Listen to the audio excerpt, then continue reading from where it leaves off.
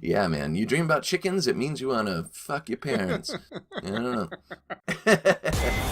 Infirmary Media.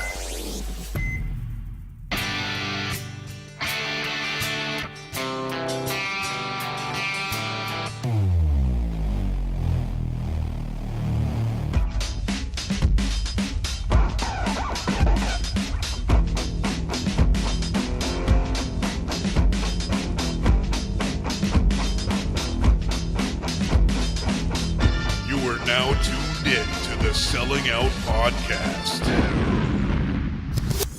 What it does is reaches into your brain chemically and locates your happiest memory chemically, and then locks onto that emotion and freezes it chemically, and then it keeps you happy.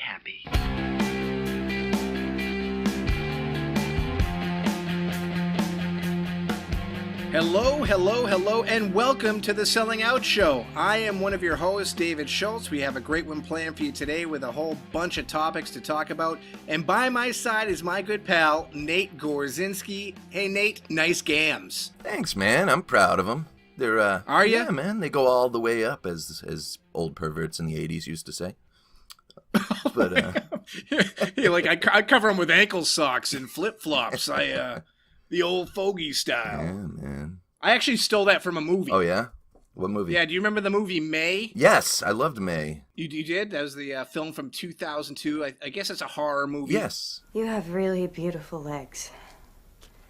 I thought they were gams. Gams, stems, wheels, whatever.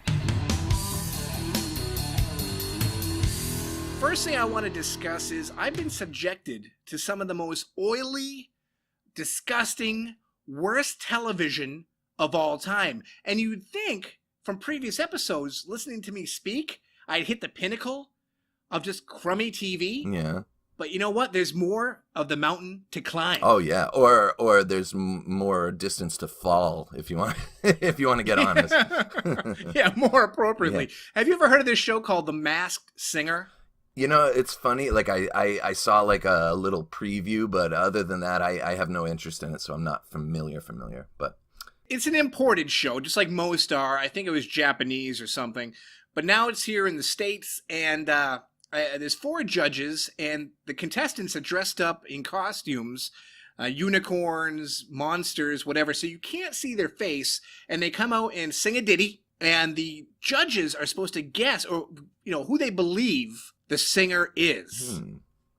Like, are the singers celebrities, or is it like, I don't quite understand the, you know what I mean? Like, are celebrities coming in and subjecting themselves to like wearing silly costumes and shit? Yes, supposedly. Okay, I'm gonna play a clip from the commercial right now because, you know, listen, I don't want to make this an advertisement for the show because I'm about to tell you how terrible the show is. But at the same time, if you have not suffered like I have, at least you kind of have an idea on what's going on here. So let's play that real quick so I can kind of scar everybody else out there in the free world. Sounds good. This January, a top secret celebrity singing competition will have everyone asking, who There's something incredibly special about you. is You got me thrown off. the Masked Singer? This show is messing with my mind. Are you a basketball player?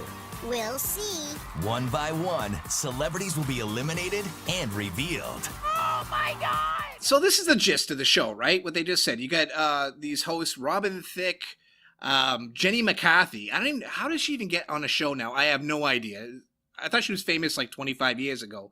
Plus, she's like one of those anti-voxers, I think they call them. Vaxxers, yeah, anti-vaccines. Vaxxers. Yeah.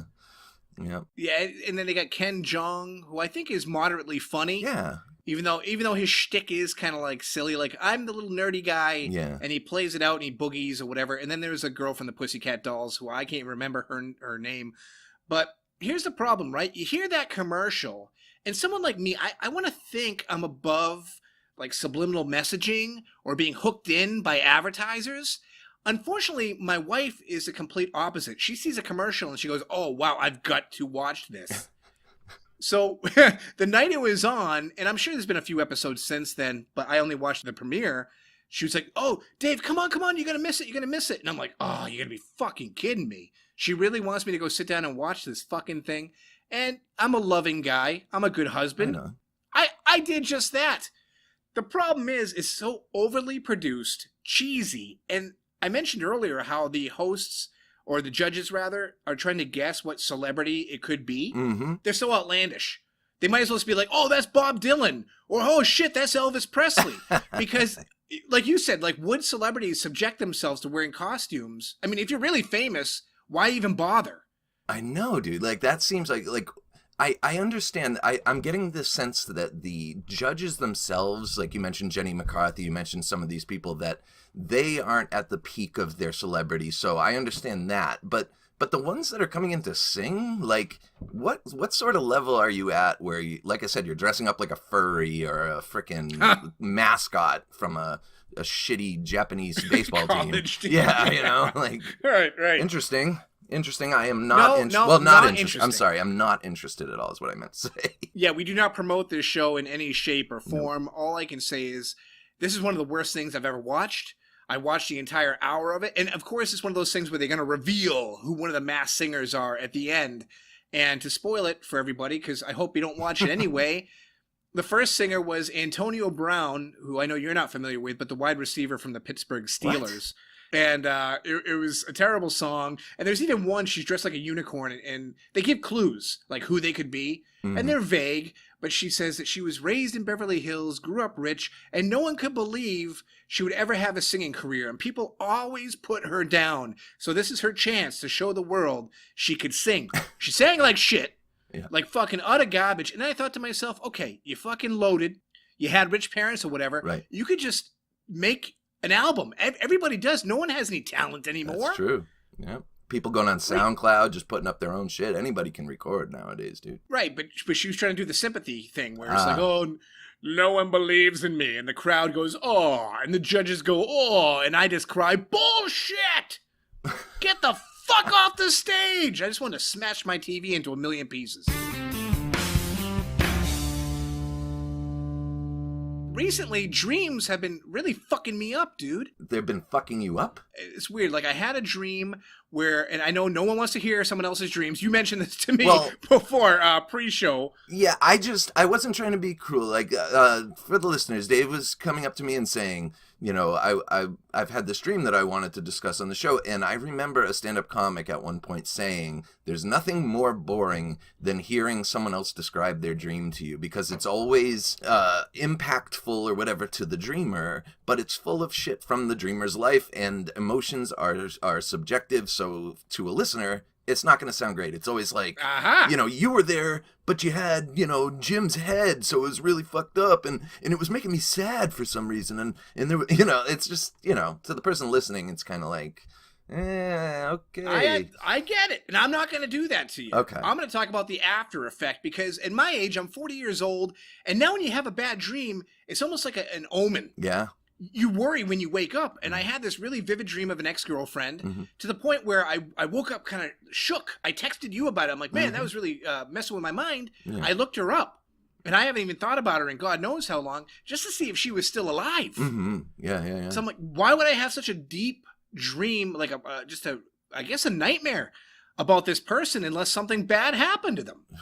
Well, maybe because your mind was bored. I feel like dreams are just your mind being bored and taking all these images and concepts that you're familiar with and making a movie for you. So to me, dream, I don't know, there's all these dream dictionaries and dream, you know, whatever books and things that I've never bought into it. But. Well, on Christmas Eve, I had another dream. Again, no details here, but I woke up and I couldn't breathe. It was terrifying. I actually stood up, ran to the bathroom, gasping for air as if I was underwater. I know. Yeah. And I'm like, oh, shit, am I going to die on Christmas Eve? That's going to look really great on my tombstone. And it took a couple minutes of me just, you know, being the fish out of water there to finally calm down and relax. And I'm like, if a dream can have that much of an impact on me, I'm in some big trouble. Yeah. Well, yeah. You know, if you're in danger of, dying for a dream. I've mentioned before how we've pulled muscles in our sleep. You were talking about that before, and there's multiple ways to die just in your sleep as you get older, apparently. You know, we are vulnerable people now that we're getting older. Well, I used to think that when I was a kid, like old folks that pass away in their sleep, that's why they died. They probably had a really nasty nightmare and just couldn't handle it. They fell in their dream, and when you die in a dream, you die in real life. You ever heard that? That's bullshit. Yeah, there you go. It's like Freddy Krueger's out there or something. Yeah. But no, it really did. It shook me, and I was like, I really don't want to fucking croak. Yeah. And I definitely don't want to croak that way, waking up unable to breathe. So, not cool, man. Not cool at all. Fuck you, dreams.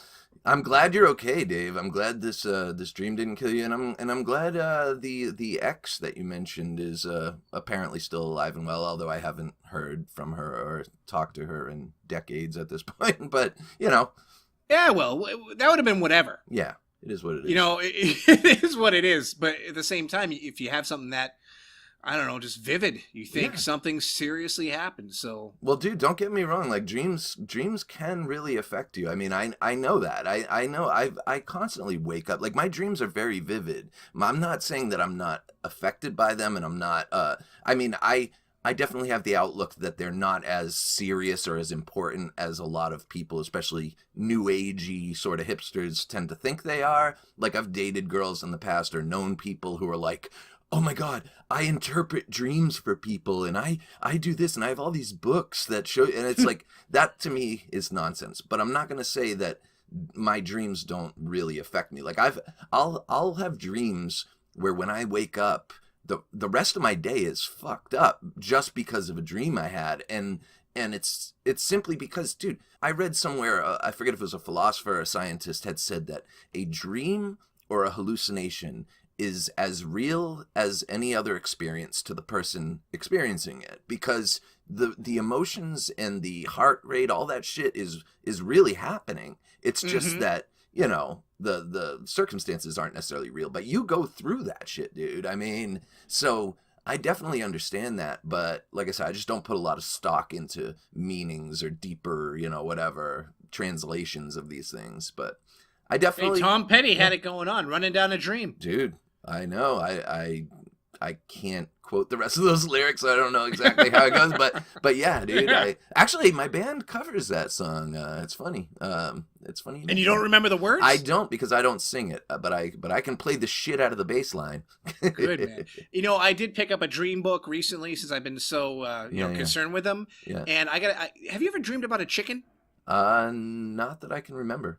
Good, then you don't have an Oedipus complex. Thank God.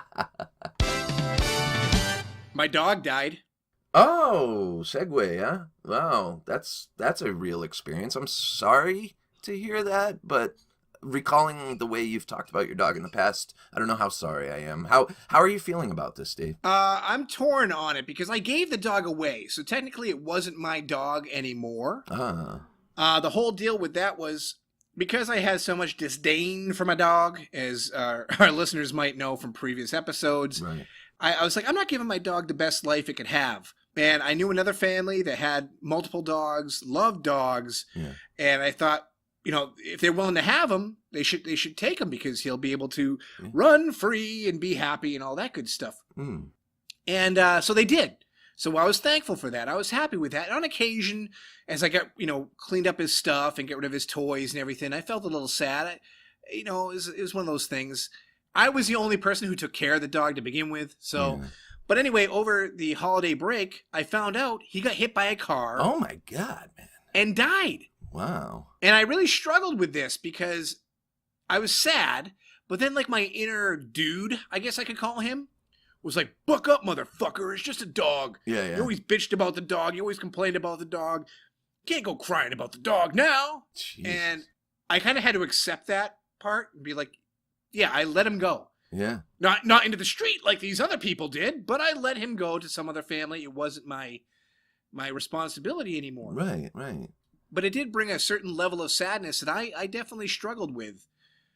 So I didn't want to see him die. Yeah, man. I mean, that's sad. I mean, you had washed your hands of your dog, but emotions are still there. There's residual fucking feelings for any living thing. You're human. You're not a fucking monster. You're not a robot. You feel. You have emotions. No, this is true. I do feel, but I usually don't feel for animals. I really don't. Yeah. I don't have that connection. We've talked about this in the past. For me, it's a pet. You know, and again, that's what went on in my mind at the time was like, oh, pets come and go. Yeah. You know, don't fucking dwell on it. It is what it is. It's Right. over. I mean, imagine if they didn't call you to tell you. Ugh. You wouldn't have known. So Right, keep that's true. living, keep rocking and rolling. But I still kind of a little punch in the gut there, you know? Yeah, absolutely, dude. Yeah. No, I'm I'm an animal lover, so I'm sorry. I didn't know your dog, but it's sad. But then again, I'm sure a million dogs were hit by cars yesterday that I didn't know. So it is, but you are, I feel like it's good. It shows that that the dog did make an impact on your life, man. I didn't tell my son. Oh, good. I sure said, no. I never wanted to kind of deal with the whole pet death thing. So that's another good thing about giving the dog away. Yeah. I'm like, well, I won't have to deal with that. And of course, I've had the opportunity now to process my emotions over Boonga. That's the dog's name. Boonga, that's right. Death Boonga. Yes, he was a pain in my motherfucking ass. Ugh. Well, a pain in the ass no more. When Cameron was in Egypt's land, let my Cameron go. Photos. You peer into my soul. You are a snapshot of the sublime. Photos. They last forever. They printed on your mind. Photos. I'm a parent, and a lot of parents out there take videos of everything their kid does. Right. I've said this in the past where it's in oh, he's eating a grape. Take a video of him eating a grape. Yeah. But I stopped and thought about that for a second. I almost felt guilty. I was like, maybe I should take more videos so my kid can look back, like a home movie or whatever. Right.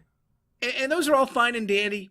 But I think photos are the perfect form of a snack-sized entertainment. Right. Meaning, you can take a photo and you could easily look at it for 1 second, or you could look at it for 10 hours. Right. Depending on how much you enjoy that photo. Right.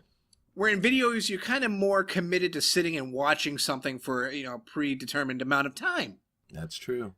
So I defended my own stance, and I felt better about it. I'm like, well, okay. So later on in life, if my kid says, Dad, why didn't you take more videos of me at my baseball game? Why just fucking 20 pictures? I'm going to give him that reason. He might look at me like I'm a complete asshole, which in many ways could in fact be true.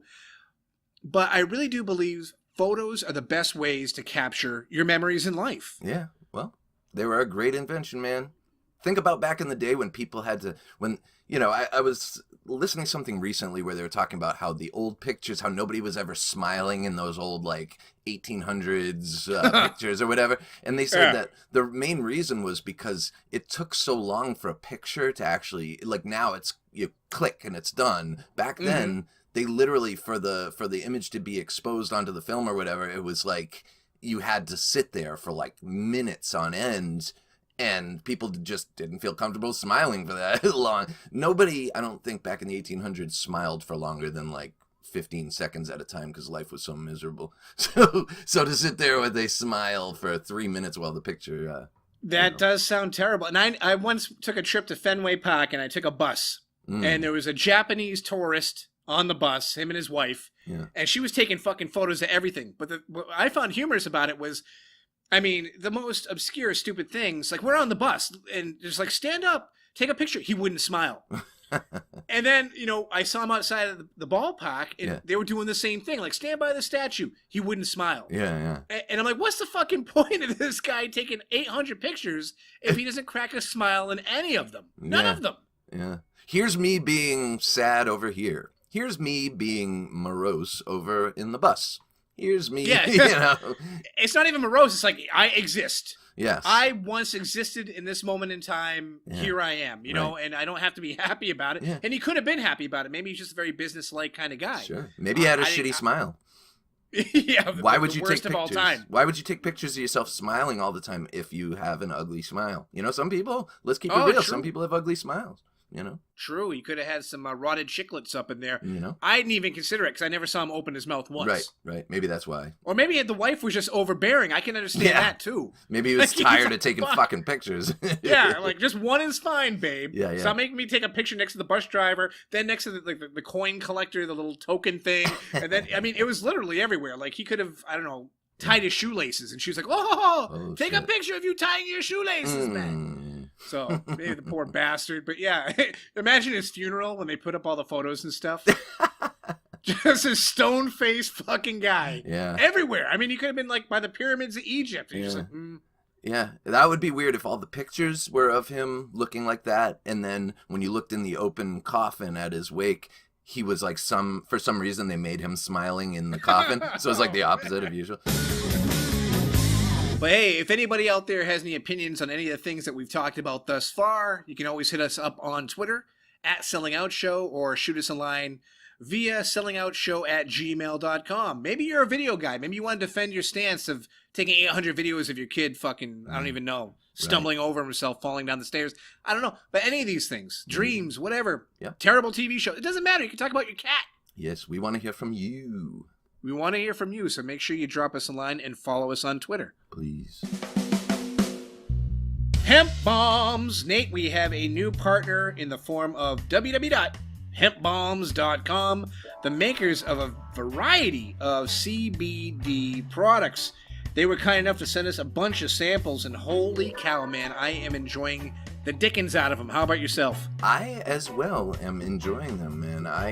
I'm specifically enjoying the CBD oil drops. I've got a bottle of droplets, and with the eyedropper in the bottle, and dude, the results were palpable. Like, I definitely, I took some before bed last night, slept like a baby, like noticeably comfortable, refreshing sleep. I've been having a lot of back pain, and I took some this morning, and dude, I had a noticeable reduction in pain. I strongly recommend this product. They're a great company. Right. You know, it's great that you bring up pain relief, because a lot of people think relaxation when they think of CBD. I really hadn't dabbled in it before we got aligned with these guys, and I gotta say, man, they, speaking of pain, they have a pain freeze gel that they sent me. I've had 2 back surgeries. I got some cranky old knees, and this is the best shit I've ever used. I'm not even blowing smoke up anybody's ass. Nice.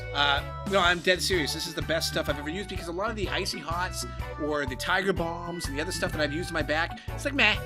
It's not that great. Yeah. So I didn't really have a lot of high expectations going in using this stuff either. But I'm never gonna stop. Yeah. Hey. This is the best stuff I've ever used, and I highly recommend it. Again, it's called CBD Cold Therapy, Deep Penetrating Bio-Cooling CBD. Excellent. So, and you know, here's a great thing too. If you want to give it a shot, www.hempbombs.com. But we have a coupon code for you. You can use code SELLINGOUT and save 15%. And if you're someone like me who's never tried it before, this is a great opportunity to do so, because you get it at a discount. So, really great stuff. Highly recommended. Is that selling out one word, Dave, just to specify for the audience? Yes, it is. Thank you for correcting me in the way that I speak, as you often do. It is selling out one word for 15% off. Go and do that. Why wait? Pause the show. Get yourself some CBD. They got CBD gummies. Nate mentioned the drops. I have e-liquid. I mean, they got so much stuff out there. Capsules. Capsules, yeah. So anything you want to try is on their website. And again, even better, you save some money. So get your biscuits over there, people. Do you need a New Year's resolution that you can actually stick to this year? I've got a great one for you. Start 2019 by finally quitting that deadly habit of smoking cigarettes. I know you're probably thinking I've been trying to stop for years and nothing ever works. Well, guess what? Northland Vapor Company is here to help. There's no reason to be intimidated by the idea of vaping. With retail locations in Bemidji and Moorhead, Minnesota, Northland makes it easy for you to walk in and start your journey to a better lifestyle. Northland Vapor's outstanding line of e-liquids are proudly made in North Dakota and contain no diketones or artificial sweeteners. Northland Vapor's motto is quality doesn't need to be costly, so you can be confident in knowing that you're getting the best product available at a price that won't break the bank. No more excuses. Make 2019 the year that you decide to live a better life and finally break free from smoking cigarettes. For more information, visit northlandvapor.com. Some products contain nicotine. Adults only. So yeah, man, it was funny. You were talking about dreams earlier, and it got me to thinking about this period of time back in my earlier shittier years that I've referenced ad nauseum on this show. But yeah, I was thinking about how dreams specifically sometimes could be disturbing and effective when you have good dreams. It's not always just bad, disturbing dreams. Right. Because I remember specifically this period where I had some rough times where I was homeless. I was staying at a shelter. In the nice weather, I would actually occasionally sleep outside. It was bad. It was like, but the funny thing was, I say it was bad because objectively, this is a bad thing. You're homeless. You have nowhere really to stay. But when I was, this was like, I was in my early 20s. I was young. I was healthy. And it was almost kind of, I don't want to say an adventure, but dude, it was summertime. I'd sleep out in a park if I didn't want to sleep in the stinky shelter with all these people, because to get back to the dream thing, I noticed I would sleep in the shelter and I would have good dreams about the positive days. Like, say I'd be dreaming about hanging out with some old friends or being with, an ex-girlfriend or something where it was positive memories. And then I remember specifically like having this really good dream and then waking up to the sound of a homeless guy next to me farting so loud. Dude, it woke me up and him up. And he like looked at me like, was that you or me? I'm like, I think it was you, dude. But yeah, but imagine was that. Was he offended? Was he like, how dare you? No, I think he just kind of laughed it off. And I'm like, dude, I was just having this dream of like how good my life was a handful of years ago. And it's almost like that was more disturbing because then you're waking up to the nightmare. You know what I mean? Like, not to get too dark, but it was like, but anyway, so those times, dude, when I was kind of going through that homeless period, there was, I don't know, I started thinking about this time where I was going to work a day every day. I couldn't hold down a real job. So I would go to this work a day place where they'd find you labor jobs for the day. You'd work like 8 hours and get a shitty check for like under $50 for like 8 hours of work or whatever. But it was enough to get like you that, high. Wasn't that the Kids in the Hall skit about the boots? Yeah. I mean, that's all. Okay, ladies, we're gonna need 12 guys today. You! Are you wearing steel-toe boots? Yeah. Yeah? Testers! I'd work at this work-a-day, and I noticed there would be this coworker that would always be on the same jobs as me, and he looked familiar, He was somebody that I'm like, I've probably seen him around either on the streets with me or I'd done time, so maybe I'd seen him in jail or whatever. And dude, I one day he was after work, he's like, dude, I forget if he got like an SSI check on top of his workaday check that day, whatever it was. He's like, Nate, you want to go, I'll get a hotel for the night and we'll get high for that way we don't, because he was, I believe, bouncing around and crashing in the shelter and stuff too. So so it's like, yeah, man, we'll get a hotel. He was offering to get me high for the night, do some coke, do some dope, whatever. So all in. Yeah, man, I'm down. So we get a cab, and the funny thing was the cab driver kind of heard us talking. The cab driver ended up hooking us up, which was interesting in itself. Things were just kind of aligning that night. It's like, where are we going to get our coke? And the cab driver's like, oh, you need coke? I got you. So yeah, wow. Hey, lucky you. Perfect. So he brings us to the hotel, and dude, it's interesting. Like, I didn't know the guy that well, but we're in the hotel room, and for our listeners who don't do a lot of cocaine, especially smoking it or injecting it, you get really quiet. You're not really talkative and friendly when you're doing it. You do a blast of coke, and you're like looking out the windows. You're kind of like, you're not talking. If somebody makes a noise, you're like, shh, shh, shh. Because you think fucking cops or aliens or ninjas are coming. Yeah, whatever it is. So it's all awkward in the room. And I mean, eventually I calmed down with some dope. We call it landing gear. When you're all geeked out from coke and you need to come down a little comfortably, you do a shot of heroin, and they call it landing gear because it's like you come down easier. So anyway, I'm on my hotel bed. He's over there on his, and I'm, in my own world. I'm either watching TV, whatever I was doing. And I happen to look over at this dude on his bed. And dude, I don't know. First of all, he's looking at a magazine. I don't even know where he got the magazine, if he just carried around with him or because we didn't stop at a store. But I noticed he's got a porno magazine on this is the days before cell phone porn and whatnot. Of course, right. Yeah. So he's looking at a magazine, and dude, he's openly masturbating on the bed next to me. Like, the bed is, under 5 feet from my bed, and he's just like not even concerned with the fact that I'm next to him, and when I looked over, he didn't even acknowledge that I had looked over. It's not like he was like, oh, sorry, he just kept going. And he never asked for permission. He never said, hey, buddy, you mind if I just rub one out right here? Not at all. You just heard like the thuk, thuk, thuk, thuk, and turned over and, oh, Jesus. Apparently, because I don't know if he felt entitled because he had, to be honest, and this is probably what kept me from getting freaked out, or, well, aside from the fact that I was so geeked out on coke that I really didn't want to move much from where I was, but looking over at him, I was just like, well, he did pay for all my shit that night. He paid for the hotel room. Like, he's not asking me to do anything. He's not, like, sexually assaulting me or anything like that. So I'm like, you know what? Do your thing, man. I'm sure if somebody saw me shooting whatever drugs I was doing, they'd think that was dirty and gross. So I'm like, how am I going to judge this dude? Whatever. He should have gone in the bathroom, but it is what it is. He wanted to be comfortable on his bed that he paid for. So I'm like, whatever. I let, he finished. He did his thing. Apparently, I didn't witness him finish. I was just kind of like pretending. Observing. Yeah, I pretended he was, not there. Did my own thing. And then it's interesting. I'm thinking about it. I'm like, I remembered that image of him masturbating made me remember where I knew him from. When I had done time, I used to work in the kitchen. I think I've mentioned this on the podcast in the past. Yeah, sure. And when I worked in the chow hall, the different blocks would come through and get their food. And we'd slop their shit on their tray as they walked by. And I remembered him from the protective custody this block that would come through, the block full of rats and skinners and whatnot. And it made perfect sense. I'm like, aha.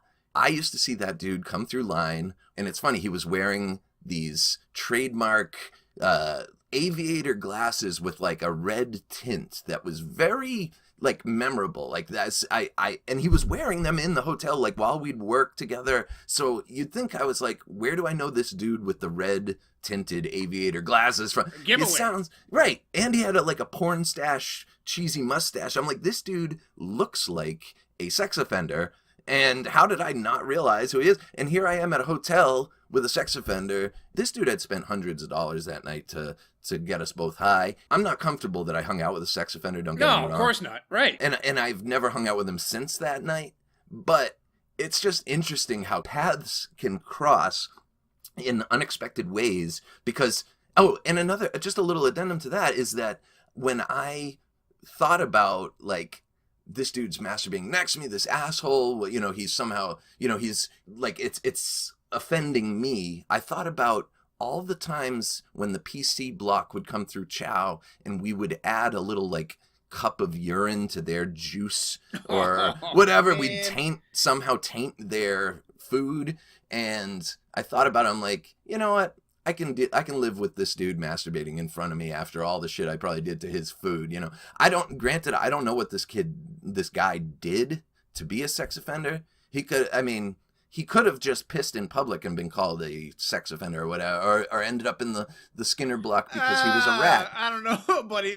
The red glasses and porn stash. And he's unable to keep from masturbating in front of someone. Like, that seems like you're having trouble controlling urges. You know what I'm saying? Like, so... Yeah. So yeah, man. Or he could have said to you, "Hey, can you go in the bathroom for a few minutes? I guess something I got to take care of right here." And I just blew a whole bunch of money on cocaine in a hotel room. Right. Or hey, Nate, you want to run down to the store? Here's $20. Go get me some liquor or whatever. And while I'm gone, do your thing. Like, there are plenty of ways he could have handled this, but he didn't. And it is what it is. I spent a night in a hotel room with a sex offender, and he masturbated in front of me, and it is what it is.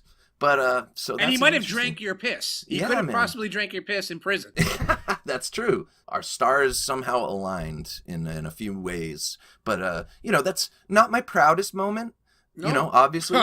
But right. But there's a lot of others. I mean, I can go into some other things, but talking about dreams made me think of the dreams in the shelter, and which brought me to this. And I'm not going to go into my whole train of thought, but. Yeah, like you said, it was a low period for you. You were homeless at the time and, still addicted to drugs, wherein someone offers you a bunch of free shit. You don't say no. Dude. And you said you wanted to tie it into the dreams with the whole thought. But I would ask you if you had sweet dreams that night in the hotel room, but I know you didn't sleep. Yeah, I didn't sleep well at all that night, to be honest with you, but, Could it have been the cocaine? It could have been a mix between the cocaine and having a sex offender sleeping less than 5 feet from me, but... That's a clencher. Yeah, It you is definitely one. clench up when you know that person's within 5 feet of you. Yes, sir, but, Oh, man. Yeah. So my life is more and more of an open book to these listeners as we go on, but I will have no secrets after a while, Dave from the Selling Out Show here to tell you about Spunk Lube. Spunk Lube is a multi-award-winning lubricant used by professionals in the adult film industry. Spunk is available in hybrid, pure silicone, natural, and pink. Spunk is made with the highest quality ingredients and is non-staining, hypoallergenic, and cleans with ease. Enhance your love life with Spunk.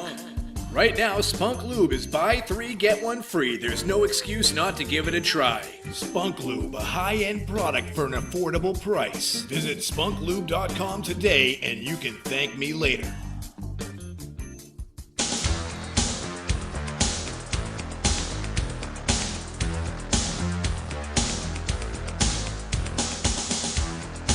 Dust off your LPs. It's time for Nate's Notes. So a talented artist can express things in a way that has the power to affect the lives of others. Maybe they have a way with words that just makes us look at things in a new way, or they create a persona for themselves that ends up being compelling to the general public, to the point where we just want to know as much as we can about them. Obviously, this can be a double-edged sword to many celebrities. They want recognition for their work. They may want adulation and love, but occasionally that can turn poisonous, and fame can be a sort of curse where an artist ends up hounded by paparazzi or overzealous fans who want more invasive access into their private lives. It's got to be weird just trying to live your life and people who don't really know you feel like they do. It's a fine line, getting really personal in the details of your art and lyrics. I feel like the best art comes from personal introspection, but there are a lot of cases where confused fans end up feeling a personal connection with their idols, and we are all aware of stories where that stuff goes bad quickly. Like, look at the quote relationship between Mark David Chapman and John Lennon, or the story of Bjork's would-be assassin Ricardo Lopez, who started as a loving fan, but somewhere that line got blurred in his head and his feelings led him to kill himself, but not before sending an armed acid bomb to the object of his unrequited affections, an Icelandic recording artist that he had never actually met. It's a tricky business letting people into your private life through your art. However, that's often the most evocative material. Sure, there are great fiction authors who can instill emotions through completely made-up characters and situations, but often it's that raw emotional honesty that resonates with me. And I've never seriously contemplated stalking any of my favorite artists, so that's a good thing. I simply appreciate when an artist gets real and even shows some human vulnerability. And a few artists have let us in on the most vulnerable of moments, namely writing about their own mortality. One of my favorite authors, and really just one of my favorite people, was author, news contributor, and formidable debater Christopher Hitchens. He was a staunch atheist and ruthlessly debated religious figures and criticized sacred cows like Mother Teresa and Gandhi for their true actions, instead of just perpetuating the holier-than-thou facades of these fallible historical figures. He was a formidable warrior on the side of science and reason, and an enemy of superstition and religious dogma to the end. And at the end, when his voice was being ravaged by the cancer in his throat, and he could no longer physically engage in public debate, he continued to write. He began his final book, Mortality, when he was diagnosed with esophageal cancer, and kept writing until the end. The book follows the course of his treatment, starting from the day he first went to the doctor, after waking up feeling literally like death warmed over, and continues in passages and entries as things progress and his health declines, all the while letting us in on his inner thoughts and struggles. He writes until he literally can no longer do so. And because of that, the ending is a bit abrupt and anticlimactic, kind of like most realistic endings. It's a powerful book, especially to those of us who looked up to the man. Warren Zevon was a super talented songwriter with a biting, sarcastic wit that came out in a lot of his music. Those not familiar with his name may still know his songs, which include Lawyers, Guns, and Money and Werewolves of London. But the guy had a long career, an impressive body of work, far beyond those couple hits. At the end, Warren was diagnosed with mesothelioma, and rather than spend his last days in painful or incapacitating treatment, he decided to put a cap on his legacy by writing one last album. That album, called The Wind, includes guest spots from everyone from Bruce Springsteen to Tom Petty, Joe Walsh to Emmylou Harris, and a lot more. A documentary was made during the recording sessions, and David Letterman featured Zevon as the only guest for an entire 1-hour episode of The Late Show, where he performed and spoke openly about his illness. After Zevon died, The Wind was nominated for 5 Grammys, and won 2. It was powerful, a powerful final statement, that is, from such a talented, prolific artist. And speaking of talented, prolific artists, I have to bring up a true legend of our time. David Bowie began his career playing catchy folk pop rock stuff that was all great in its own right, but really only hinted at the genius of his subsequent years of output. Bowie was an enigmatic artist who pushed boundaries and played with the idea of rock stardom, along the way inventing multiple stage personas and challenging the public's social sensibilities and prejudices. We could do a whole episode on Bowie. Dave and I are both huge fans, and for good reason. The man was a chameleon who managed to make music in the framework of many different styles throughout his decades-long career. But there was always something inherently Bowie-like in all of it. His voice, literally and metaphorically, shone through, whether he was playing glam rock, soul music, synth pop, industrial, drum and bass, and so on.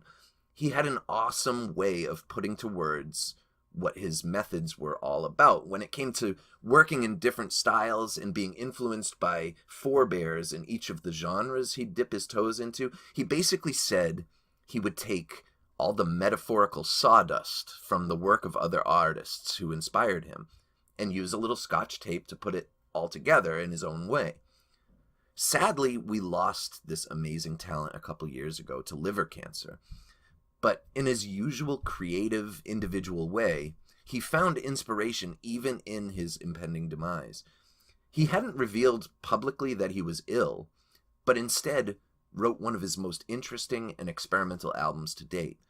He released the record, called Blackstar, on January 8th, 2016, and died 2 days later, leaving the public stunned, but with a final gift that continues to blow minds to this day.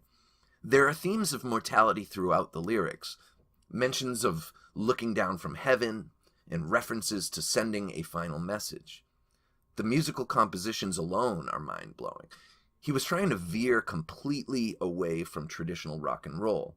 From what he reportedly discussed with the others he worked with on the record, there are synthetic beats and synthesizers, saxophone and artsy jazz passages, ambient soundscape type stuff.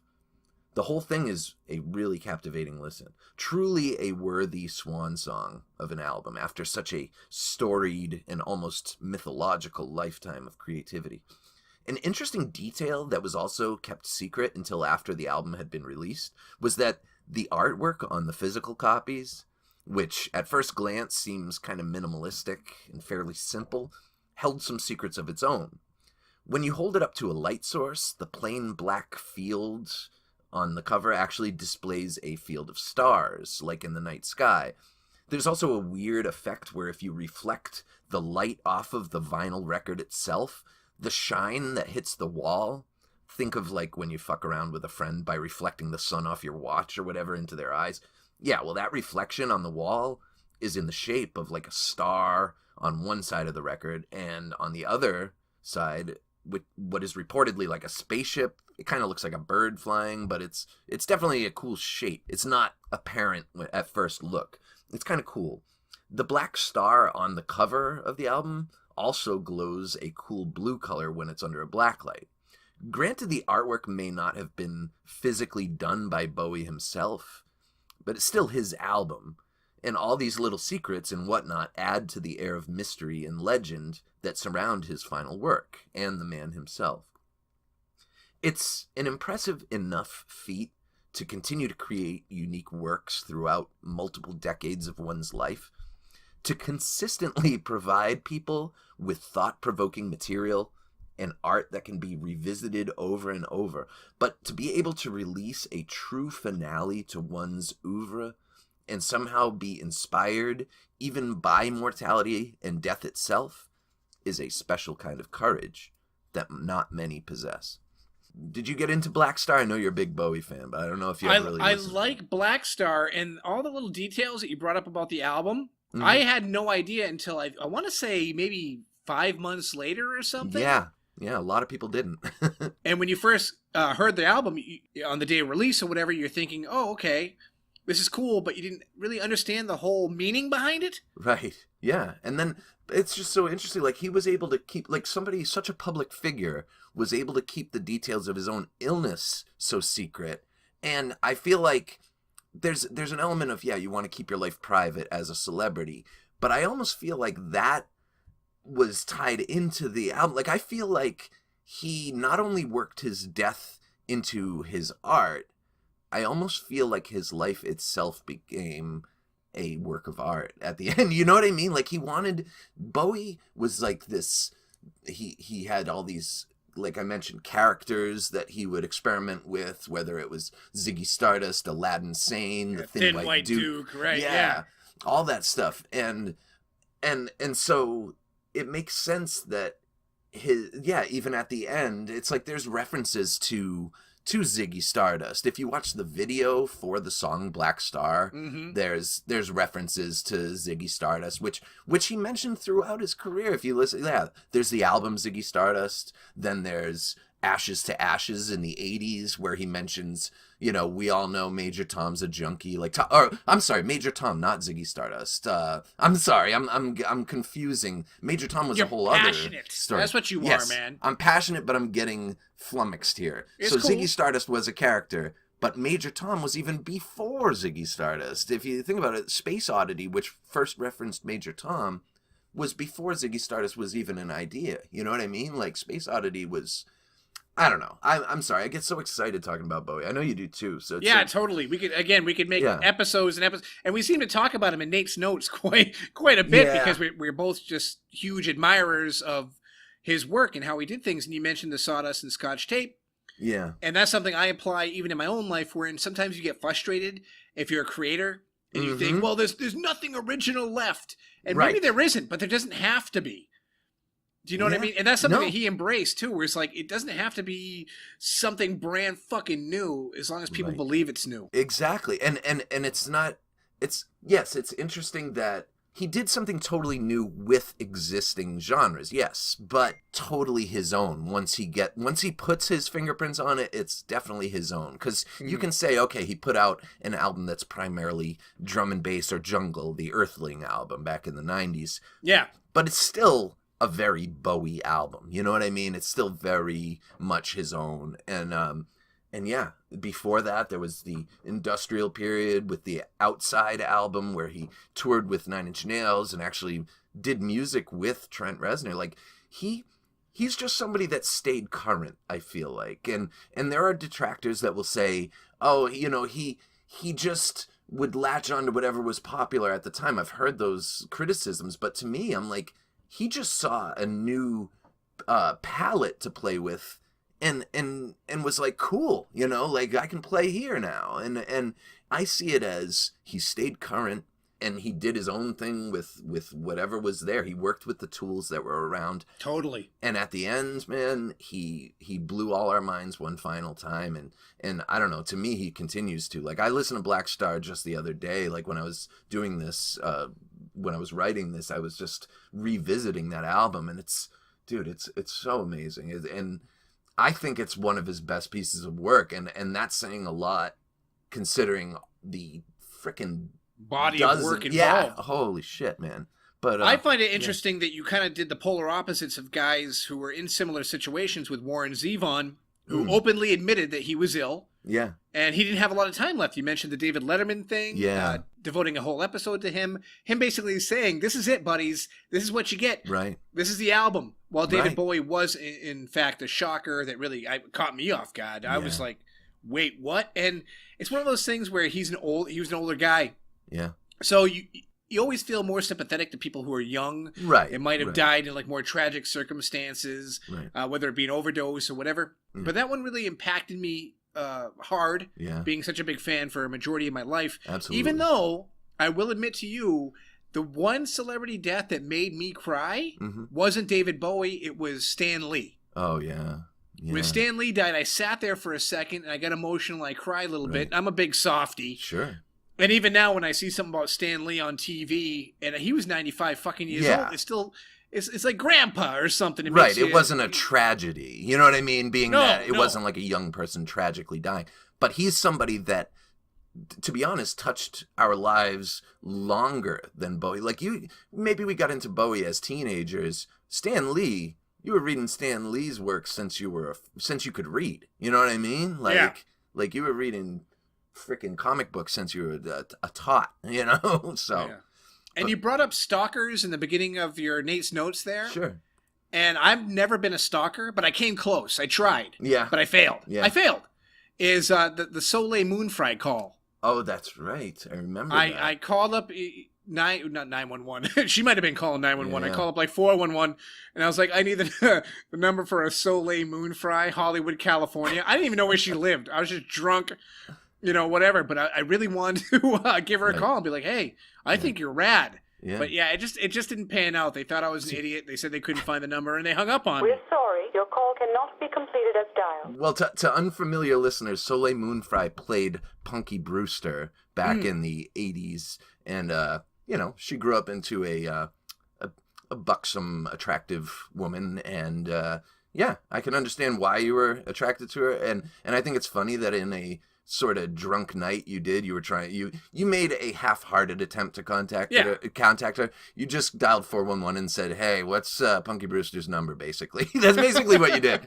So I don't think that's the same as mailing an acid bomb to Bjork, but no, this is true. But I do remember actually saying her full name, because I enunciated. I was like, Soleil Moonfry. Yeah. Because I wanted to make sure they understood me fully. I didn't want to say Punky. Sure. But I might have called and said, Henry Warnemont? Can I get Henry Warnemont on the horn, please? Where's Comet? Is Comet running around in the farm with Bunga? With Bunga. Yeah, Bunga. Yeah. Totally. We've had kind of a lot of some dark topics today, but I feel like overall it's just showing that we can be affected by so many different things. It's not necessarily bad. It's like we whether it's bad dreams or having a good dream and waking up to a shitty period in your life, it's all or being affected by an artist in their death. It really just kind of shows you the beauty of life, and that, like, to be able to be touched and feel some real feelings, man. I know personally, as someone who numbed my feelings for years with drugs and didn't want to feel shit, it's like, it does kind of feel good to be affected by things like this, whether it's, and it's rough, when you're going through it sometimes, I can hear your hesitation, but to just kind of put a cap on this thing, man, I feel like if someone can affect your life in that way, or you can feel those kind of feelings, I don't know, like I said, as an ex-addict or whatever, and I get you. I feel like I get you. It's powerful, dude. It is powerful. I understand what you're coming from, because I also numbed myself with alcohol for so fucking long. Yeah. Just to forget how shitty life was or whatever. But now I cry at the ending of Paddington 2. Exactly. And I'm a 40-year-old man tearing up, watching a movie with my kid, or like the stupidest shit I fucking cry over now. And I'm like, do I even have balls? What's going on here? Yeah, man. I don't even know. But is that a good thing or a bad thing? Well, I have. It's all in perspective. But I want to end this on a happy thing. You know, I'm not trying to rush things, but I definitely have to get moving soon. So I wanted to. See, first, before you go, this is the most depressing episode of Selling Out ever. You want to say that. Basically. And to lift things up, what do you got to cheer us up here, buddy? I don't know. I want to... Rainbows and ice cream and unicorn farts. Yeah. Well, I'm to be positive, I'm playing a show tomorrow with some friends. That'll be good. And I don't know. I appreciate the listeners and definitely happy about our new sponsor, the hemp bombs and their CBD magic. Yes. That's a positive thing to talk about. And so I'll leave it to you, Dave. You're the type of dude that likes to wrap these up, so I'll let you say it. I will wrap it up by telling everybody virtual hugs for all of you. We appreciate you listening.